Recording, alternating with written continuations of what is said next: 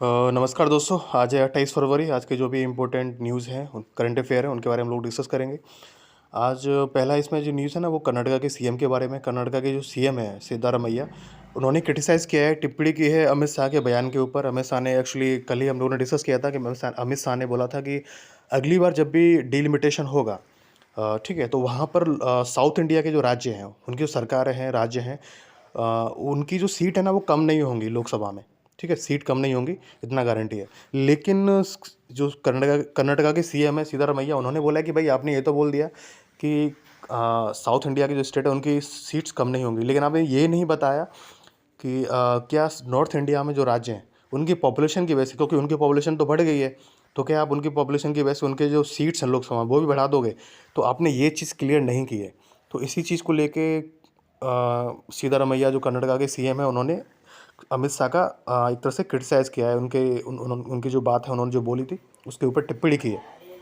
ठीक है। और ऑलरेडी ना आपको पता है, जैसे साउथ इंडिया और नॉर्थ इंडिया या उनके ऊपर इशू चलते रहते हैं। और अभी आज ही मतलब जो एम के स्टालिन है, जो तमिलनाडु के सीएम है, उन्होंने ये भी बोल दिया कि भैया जो हिंदी लैंग्वेज है, हिंदी लैंग्वेज को मतलब हम लोग सपोर्ट नहीं करेंगे, हिंदी लैंग्वेज को हम लोग अडॉप्ट नहीं करेंगे। हम हमारे स्कूल्स में, कॉलेजेस में हिंदी लैंग्वेज नहीं पढ़ाई जाएगी। और हिंदी लैंग्वेज को जो केंद्र सरकार है, जो बीजेपी गवर्नमेंट है, बहुत ज़्यादा सपोर्ट करती है। तो उसकी और हिंदी लैंग्वेज ना, हमारी जो प्राचीन लैंग्वेज थी साउथ इंडिया की, हिंदी भाषा उन सारी भाषाओं को मतलब क्या क्या बोलते हैं चूस गई है, खा गई है। ठीक है, निगल गई है। तो उन्होंने ये बोल दिया है कि जो हिंदी लैंग्वेज है वो swelled all the ancient languages. ठीक है, तो उन्होंने इस चीज़ को बोल दिया है। और कल ही मैंने आपको ना डिस्कस किया था इसी चीज़ के बारे में कि नेशनल एजुकेशन पॉलिसी आई थी, उसमें भी ये बोला था कि भाई इंडिया में ना थ्री लैंग्वेज फार्मूला होना चाहिए। और 3 लैंग्वेज सिखानी चाहिए स्कूल्स में, चाहे वो साउथ इंडिया के हो चाहे नॉर्थ इंडिया के हो। ठीक है, चाहे आप उसमें मतलब दो आप अपनी इंडिया की जो लैंग्वेज है, भाषा है, वो सिखा दो, और एक आप इंग्लिश सिखा दो। क्योंकि इंग्लिश एक ग्लोबल लैंग्वेज है, और ग्लोबल लैंग्वेज होने की वजह से बच्चों को काफ़ी अपॉर्चुनिटी होती है टू डेवलप और टू ग्रो ग्लोबली, और बाहर जाने की भी अपॉर्चुनिटी मिलती है। अब इसमें पहला जो एक्चुअली जो आर्टिकल है वो है नाक के बारे में, national assessment and accreditation council के बारे में। ये मतलब जो काउंसिल है ना, वो एक ऑटोनोमस बॉडी है यूजीसी के अंदर, यूनिवर्सिटी ग्रांट कमीशन के अंदर एक ऑटोनोमस बॉडी है। और ये क्या करती है, ये जो हायर एजुकेशन इंस्टीट्यूट होते हैं, कॉलेजेस होते हैं, यूनिवर्सिटी होती हैं, उनको उनमें जो क्वालिटी है, एजुकेशन की क्वालिटी, जो स्टेटस क्वालिटी है, उसका जो स्टेटस है उसको बताते हैं। ठीक है। ये जो बेसिकली यूजीसी है, उसको इस्टेब्लिश किया गया था यूजीसी एक्ट 1956 के अंतर्गत। और ये क्या करती है, ये एक्रीडिएशन देती है हायर एजुकेशन इंस्टीट्यूट को, कॉलेजेस को, फॉर 5 साल के लिए। इसका हेडक्वार्टर है बेंगलुरु, कर्नाटका में।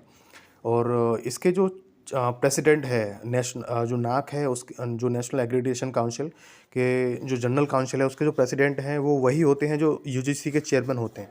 ठीक है। और ये मतलब कब इस्टेब्लिश की गई थी एक्चुअली, क्या कि एक तरह से मैं आपको बता दूं कि 1986 में ना एक नेशनल एजुकेशन पॉलिसी आई थी। तो उसने रिकमेंडेशन दी थी भाई कि एक जो national assessment and accreditation council establish की जाए।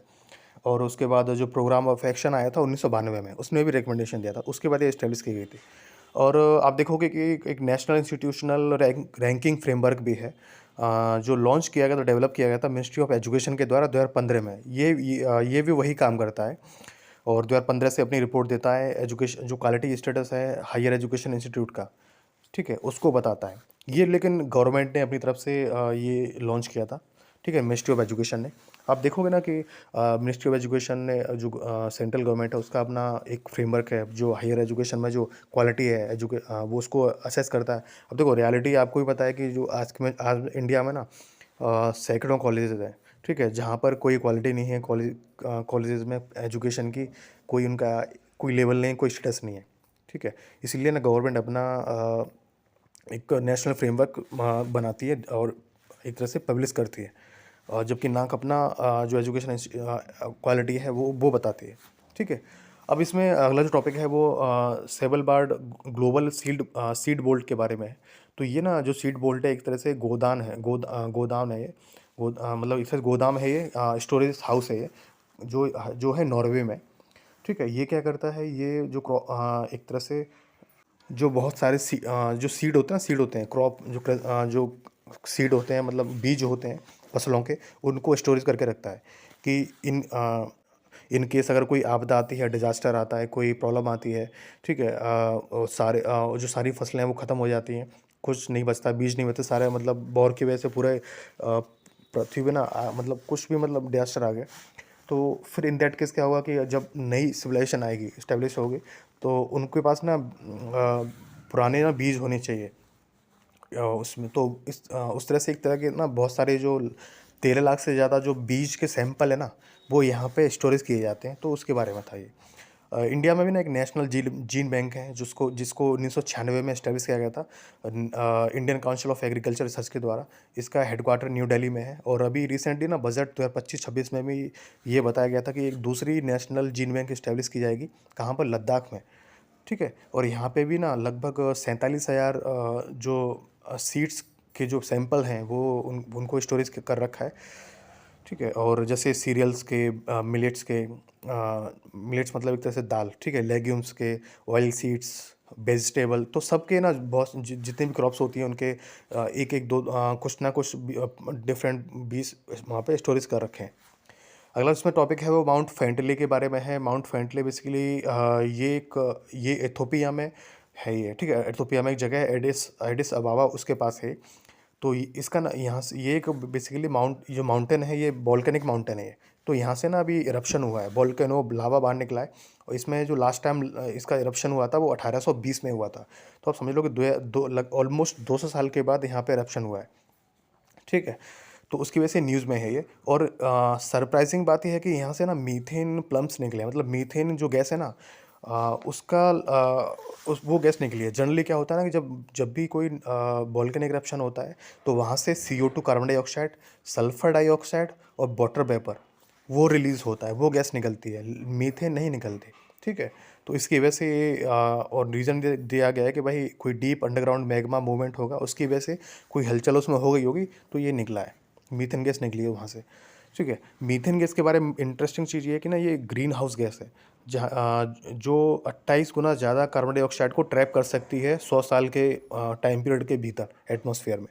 ठीक है, और ये सेकंड लार्जेस्ट कंट्रीब्यूटर है टू द ग्लोबल वार्मिंग, और ये रेस्पॉन्सिबल है for 11% of total emission world wide. मतलब दुनिया भर में जितना भी CO2 का एमिशन होता है, 11% एमिशन मीथेन की वजह से ही होता है।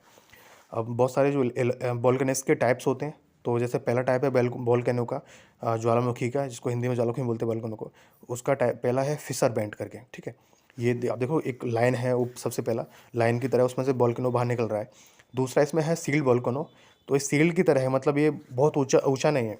ठीक है, इसमें तीसरा जो वोल्केनो है वो स्ट्रेटो वोल्केनो, जो काफ़ी लंबा होता है, ऊंचाई पे होता है। ठीक है, और काफ़ी नीचे से ना लावा जाता है ऊपर तक, फिर वो ऊंचाई से ना नीचे फैल जाता है, काफ़ी काफ़ी दूर तक, किलोमीटर तक चला जाता है वो।